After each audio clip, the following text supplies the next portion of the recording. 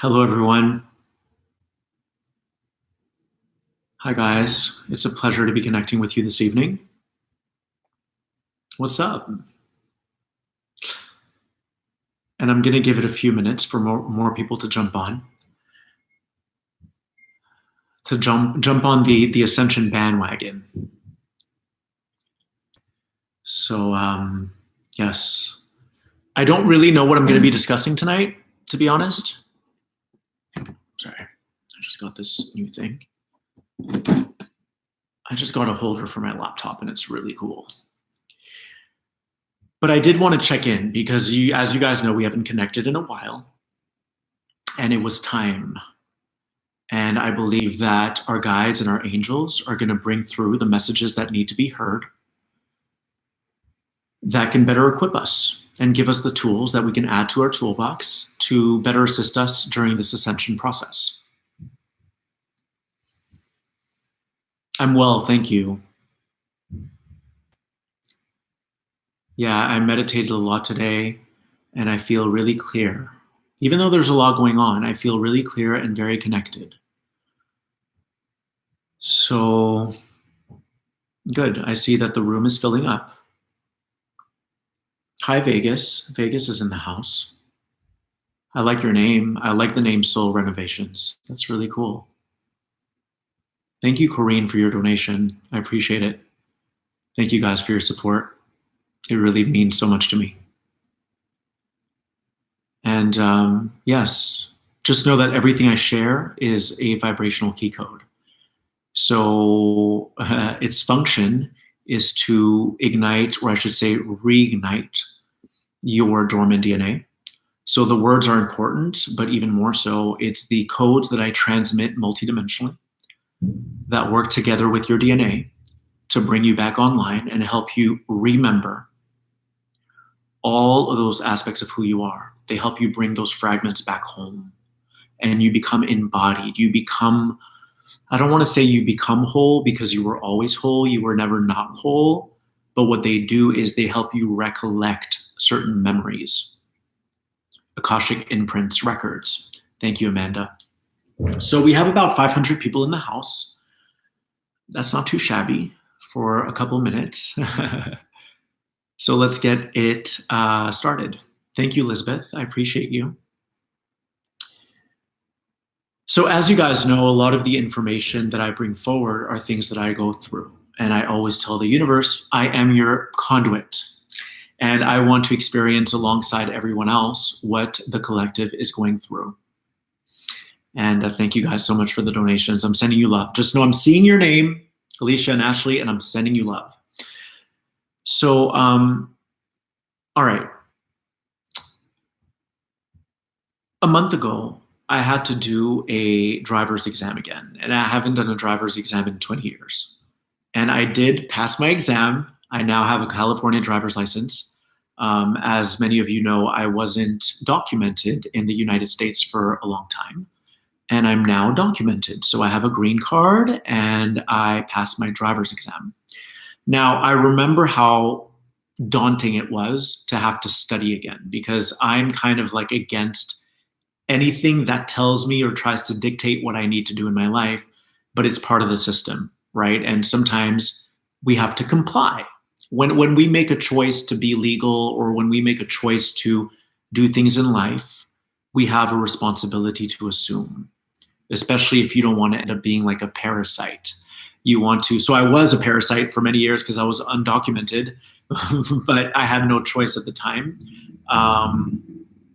But I always wanted things to be right. You know what I mean? I always wanted to do the right thing. So I'm happy now that I'm able to pay taxes, even though taxes suck, that I can live a clean life in that respect. But I remember when I had to study for my driver's exam, I was feeling very afraid to do it. I was feeling very unnerved because the thought of being tested or evaluated did not feel good to me.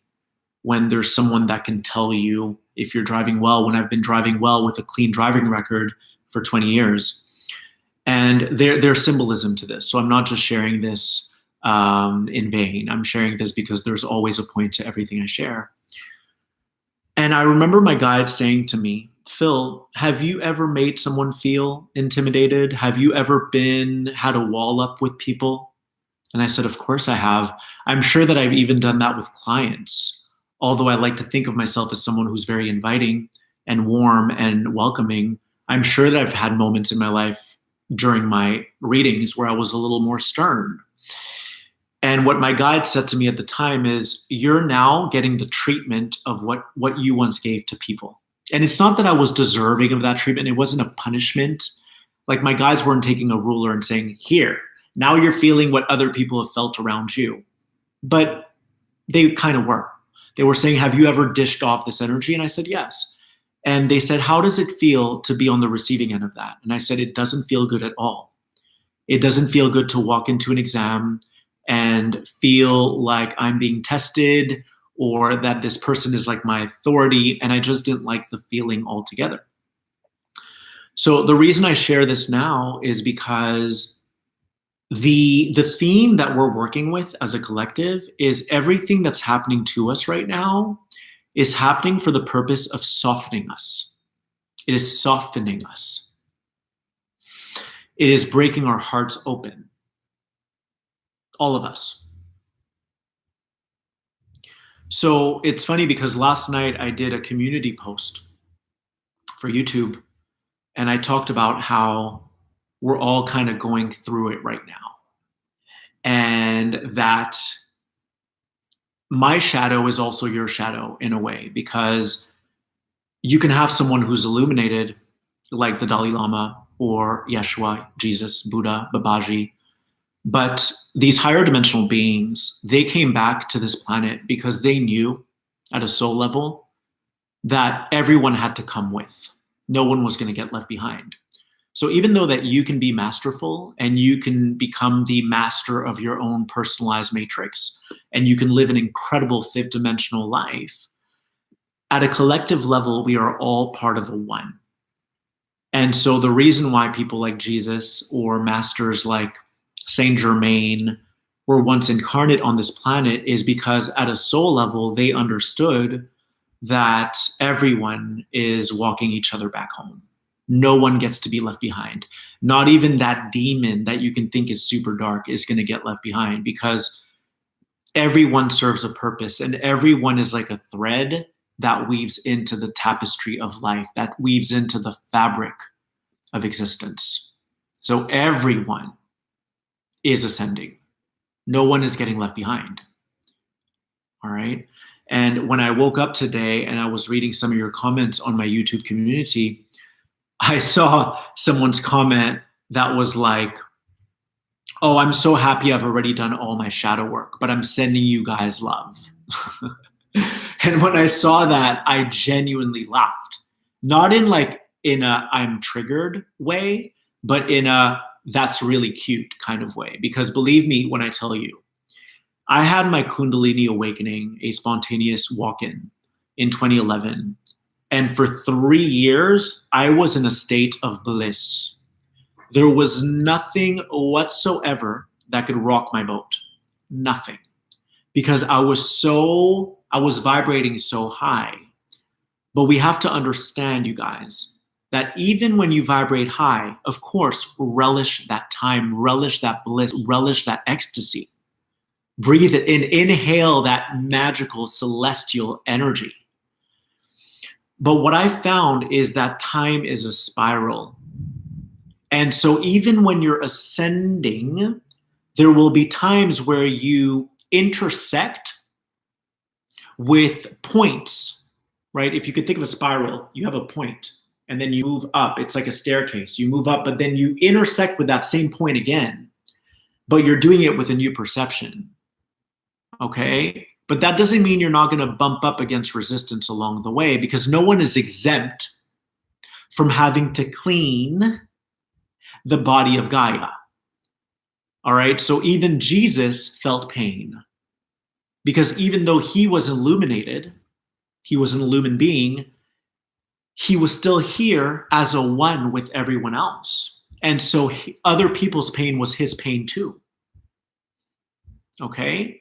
So when I read the comment this morning that was like, oh, I'm so happy I've completed my shadow work, but I'm sending you guys love, that was a little laughable to me, because I want you to feel empowered and I want you to enjoy the bliss when it's there. But you can't help the fact that once in a while, your universe is going to hit you with a baseball bat. The reason is because it reconnects you to your humanness. It reconnects you to your sensitivity. It reconnects you to your empathy. And it shows you that other people are suffering. And even though you may not be suffering, we still have to be relatable, and we still have to be compassionate towards others. Okay? Like the last few years, I was, as a dot, there was nothing that could have shaken up my world. And then it was like, okay, cool. Now it's time to get legal. And now it's time to interact with 3D and all these driver's exams and all these things. And so it really forced me to surrender because I wasn't in control. You're in control of your individualized matrix reality. What that means is you're in control of that fifth dimensional reality that you've created and customized for yourself. But outside of that structure, you're still part of the collective. Okay? Now, I'm not saying don't live in your personalized reality. You're here to enjoy the peace and the excitement and the bliss. But every once in a while, your universe is going to send you a reminder that you're still human. That you're still human. Now, if you get to enjoy that bliss for 10 years, I'm happy for you. I am. But we also have to be aware of the fact that we're human. And we're all in this together. I don't know if I ever shared this with you guys, but I got a download once that we all have cancer. It's just that it may not be active in your DNA, but it's anyone who has cancer, they're carrying it for you, meaning that they've come in with the assignment of having the cancer reflect back to them. What about their belief systems they need to change and rework, maybe to have a more positive mindset or a more positive outlook? But as they're doing that work, they're clearing collective imprints that are held within the Akash for all of us. So even though I may not have cancer, I have the utmost respect for anyone who's dealing with that because they're taking care of it for all of us. Okay? No one is spared from doing this kind of work. No one's shit doesn't stink. Okay? So, this brings me to my next point. So let me segue. The reason I mention the comment that was shared on my YouTube community, oh, I'm so sorry for you guys, I've already done all my shadow work. Anytime you say things that are fixed like that, like you know it all, okay, and that you're invincible, you're activating a timeline. I want you guys to follow very attentively. All right, listen carefully. You are activating a timeline that is going to draw back to you a match to your frequency so that you can experience the flip side of everything you just said. Okay? So my driver's exam was a perfect example. I was terrified of the driver's guy who was testing me. And then my guides brought my attention to, have people ever been terrified of me? Yes. How does it feel now being in their seat? It doesn't feel good. So my universe is like, eat your humble pie. Now, I didn't do this recently, but I probably did it in the past. And when I did it in the past, it activated a timeline that would arrive forth into my reality as the match, which ended up manifesting as this driver's guy, I don't know what you call him, a driver's test guy, that I was really intimidated by. And it made me feel really uncomfortable. I became like a little boy who was afraid of failing. Okay? So what I want you to know is anytime you say something fixed and you can feel it in your body, you have a bodily sensation. You know what I'm talking about, right? It's those moments where you say, oh, they better watch me. I'm going to make it to the top. When you say something like that, it has a certain charge. It has a certain energetic charge to it. Let that be the indicator for you that you've just activated a timeline potential that will eventually rear its ugly head so that you eat your humble pie. And it may be, it may be that you're like, oh, I'm going to make it to the top. And then you actually do make it to the top, but then you have an audition, or maybe you're about to get on Oprah, and then you're about to meet with Oprah and you feel really insecure. Well, that's the match to what you once said. And how does it feel to be in that position? Not so good. So there's no more lag in terms of our ability to speak abracadabras. In an older format of reality, in a third dimensional time-space continuum, there was a bit of a lag, right? You could burn a red light and no one would catch you. And then 5 years later, a cop would pull you over and you're like, that sucks. It's not random. It is not random. So we're being asked right now to bring the utmost awareness to what it is that we do that is very hocus pocusy, that activates timelines. And then instead of inviting that in and opening up that portal for that possibility to rear its ugly head, go, wait a second, I'm feeling a certain charge behind what I'm saying. And I'm going to be mature enough. I'm going to operate with spiritual excellence and spiritual maturity. And rather than doing that, I'm going to take it back. And I'm going to clear that right here and right now. Okay. Thank you so much, Shiona, for your donation. I appreciate you. You guys got it? So it's almost like we're being asked to be additionally cognizant of everything that we say and everything that we do so that we can operate with excellence. Okay. Now, the other thing I want to bring up is whether you have a twin flame, I just felt someone go, woo, twin flames. Whether you have a twin flame or whether you have a soulmate, you may call them your divine counterpart, you may call them your best friend, or whether you have family members or friends in your life. One of the main messages that's been coming in this week has been that a lot of our contractual agreements are being renegotiated. Okay? Why are they being renegotiated? Because people are starting to find their voice. People are starting to increase their value, their self-worth of what they're deserving of in a relationship. And that's not always going to appease you.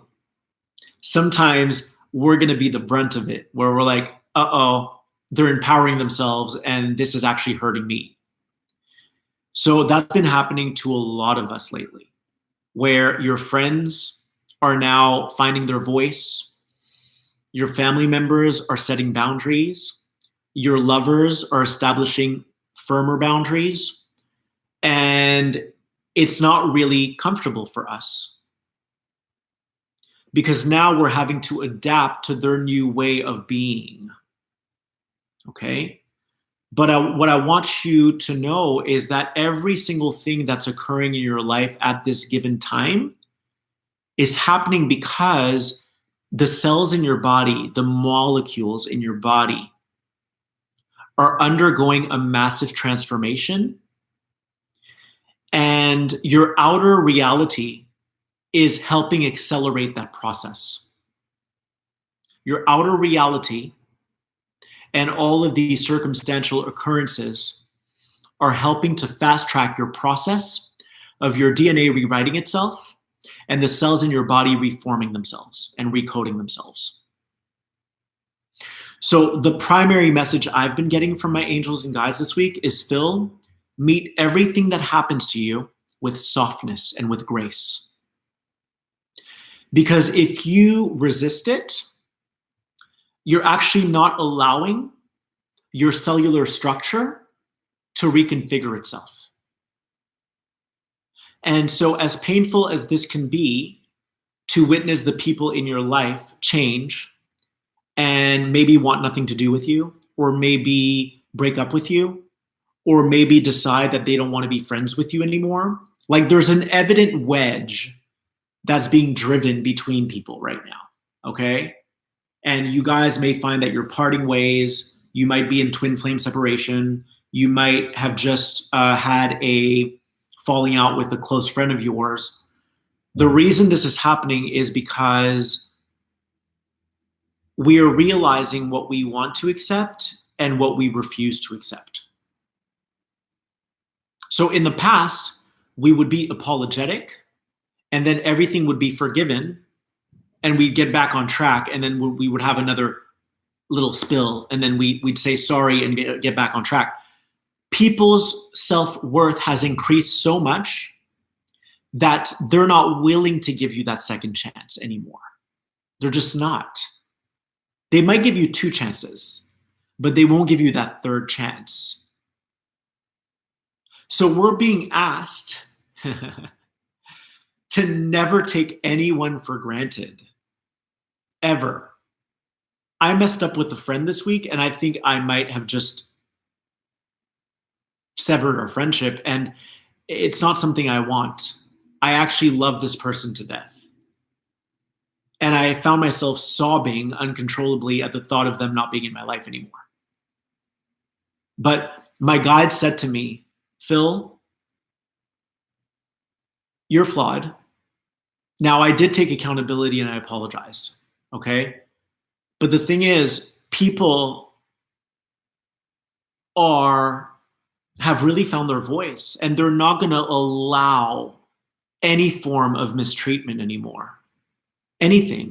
And that brings me to my next message, which is that, you know how like sometimes we say like, I'm just going to be myself across the board. I'm just going to be my authentic self with everyone, and that's not going to change. It has to change. All right? Because you might be someone who's really blunt and very direct, and I might really appreciate that because I can hang like that.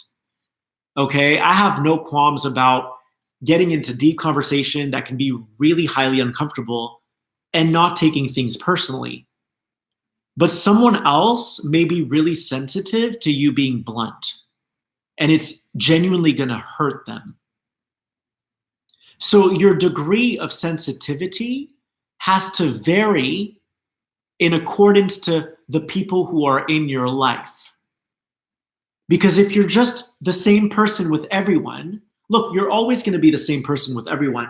The difference is we want to have a certain sensitivity towards people. And that's the other message that's been coming in. You can't just be blunt with everyone because you're going to piss a lot of people off. You've got to pick your battles, okay? Like I'm a very direct person, but sometimes that can hurt someone. And what my guides have been saying is, Phil, you're going to lose friends if you're always direct with people. You can't do that. It genuinely hurts them. And my intention isn't to hurt them. My intention is to always bring resolution and to shed light on things.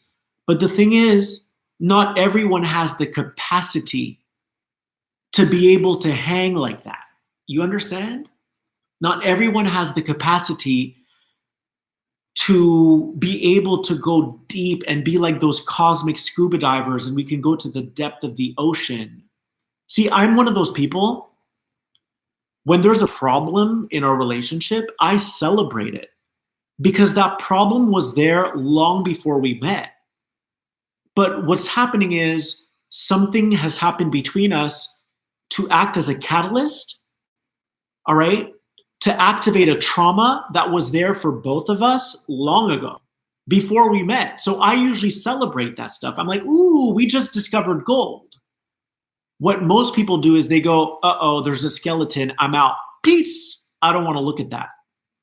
So I've had a lot of issues in my friendships because I'm over here like celebrating the fact that we just found a treasure, and you're like, oh my God, we just found a skeleton and this is too heavy for me. So I'm out. But the thing is, we don't always want to abort friendships. Like, different people have different things to offer. And I've met extraordinary humans who may not be able to go super deep, but they might be very caring individuals and they might be very helpful individuals. So we're being asked to pick our battles and be like, is it really worth it to lose this friendship because you want to be direct? All right? Everything that's occurring in our lives right now is happening to soften us, you guys. And to make us take accountability for what we do that precipitates into a problem. And to say, I'm really sorry, I was out of line. And guess what? That person may decide too late, I'm sorry, I'm over this. And which then leads me to my next message, which is you need to be okay with your twin flame letting you go. You need to be okay with the fact that certain friends want to forfeit that friendship. You need to be okay if you have a brother or a sister that wants nothing to do with you anymore. Because how would you want to be treated, right? You would want to be respected. If you say to someone, don't text me anymore, that's my boundary, and they start texting you, that would be disrespectful. You would feel violated. So our universe right now is showing us that if we don't like to be violated, we should not violate. Okay? So this friend of mine asked, like, hey, like when they saw that I was crying on the phone, I'm like, please don't let me go. I love you. I would take a bullet for you. They saw that like I love them to death. I love them to pieces. So they were like, I need a few weeks. I would never go ahead and text them because that would be violating their boundaries. I don't want to overstep people's free will. So we're being asked to take inventory of what was once done to us. And now we're being asked to implement that and apply that with the people in our lives who have empowered themselves. This is all a product of the work that we've done as a Starseed community. So if anything, we have to rejoice. We have to rejoice in the fact that people are starting to understand what they prefer and what they don't prefer, what they want and what they don't want. This is all a product of the work that we've done, you guys. This is a result of showing up every day diligently, meditating, increasing the light quotient of the collective to enable a mass awakening. So even though it may not be pleasing to us, that people may want to let us go or abandon us, you have to almost take a different stance where it's like, you know what? I'm really happy that this person has found his voice or her voice. And even though it's not pleasing me, I have to be okay with it. Because that's empowerment at its finest.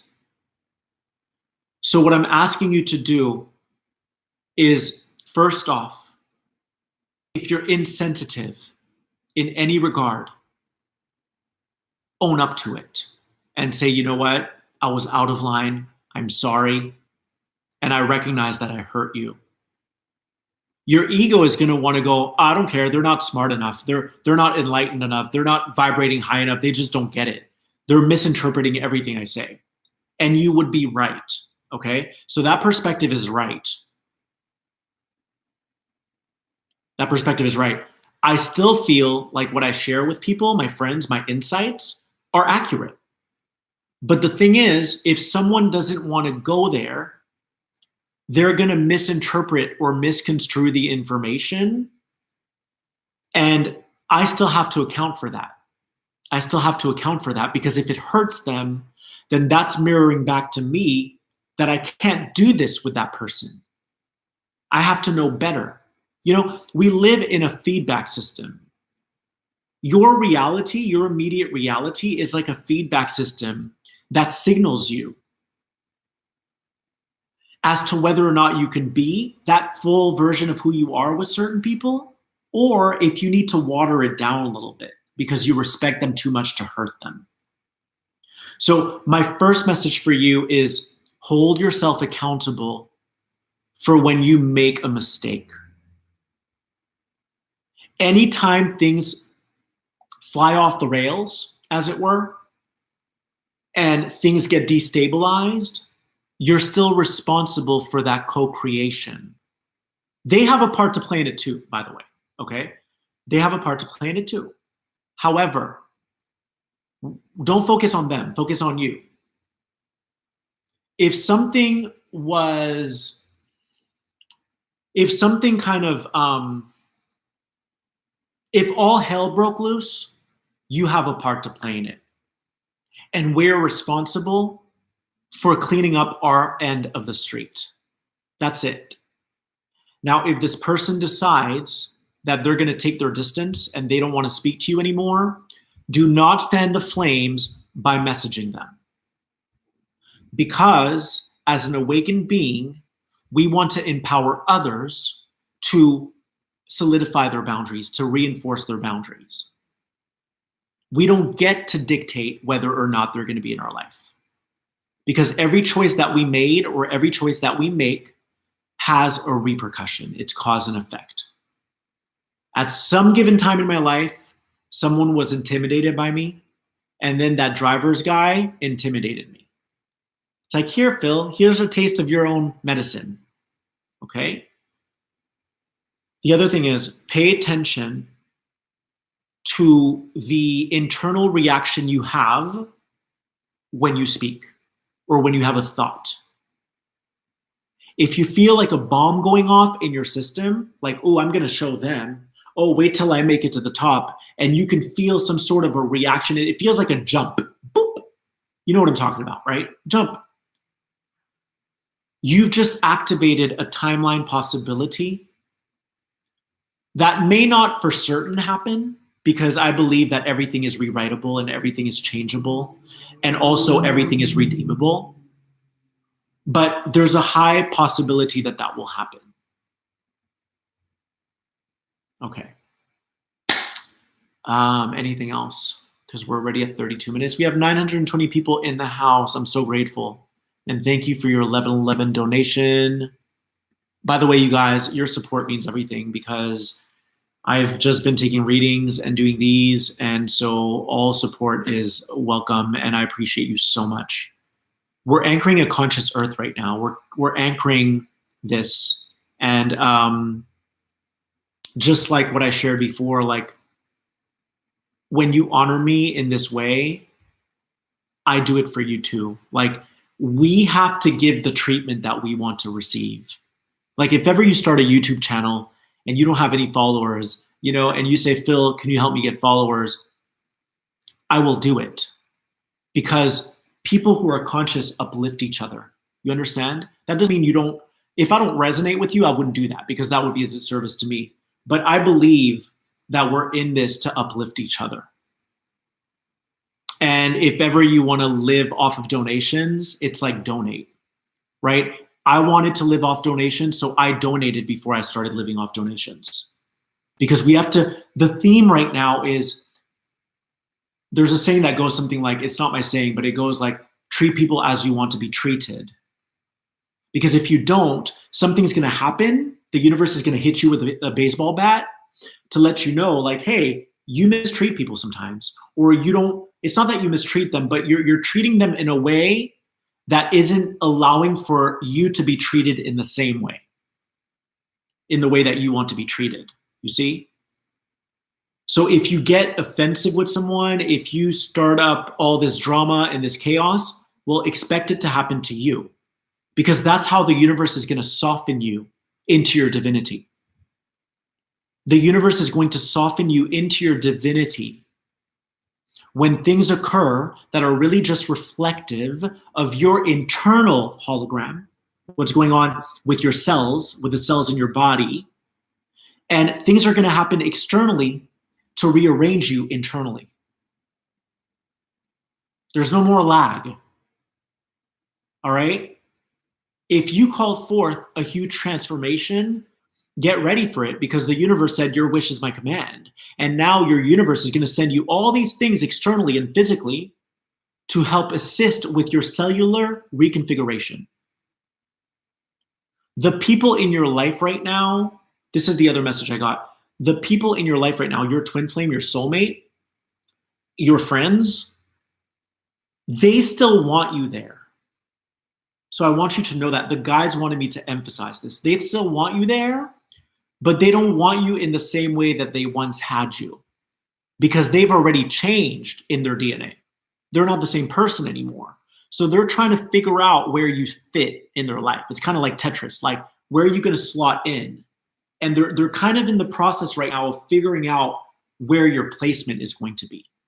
And if they can't find a place for you, they may drop you. But how are you going to increase your chances if you dearly love this person, if you love them dearly? How are you going to increase the chances of still having them in your life? Well, you have to build a bridge. How do you build an invisible bridge? You have to honor them. You have to respect the distance that they're taking right now from you. You have to telepathically show them that you respect them and all that they are and all that they represent. If you call them, if you bother them, if you violate them, that's only going to fan the flames. And it's going to encourage them to drop you altogether. So that's the message I got. So I love you guys so much. If you see this after the live, if you would like to make a contribution, I will attach a link below. I'm sending you infinite love, infinite blessings, peppered with light codes, and everything we did tonight was a transmission at a multidimensional level. All right, it's not just about the words, it's about the energy that I'm reverberating that is speaking to your cells, and your cells are going, ooh, like the Sleeping Beauty is just awakened. Ooh, oh my God, I feel a resonance there. I'm not giving you the information. I'm just reigniting your inner flame. I'm helping your soul remember what it already knows. That's all. You manifested me, and I manifested you. And we're all in this together. So I love you infinitely, to the moon and back. Thank you, Laura. And I will see you in another version of the Now, my friends. Bye-bye.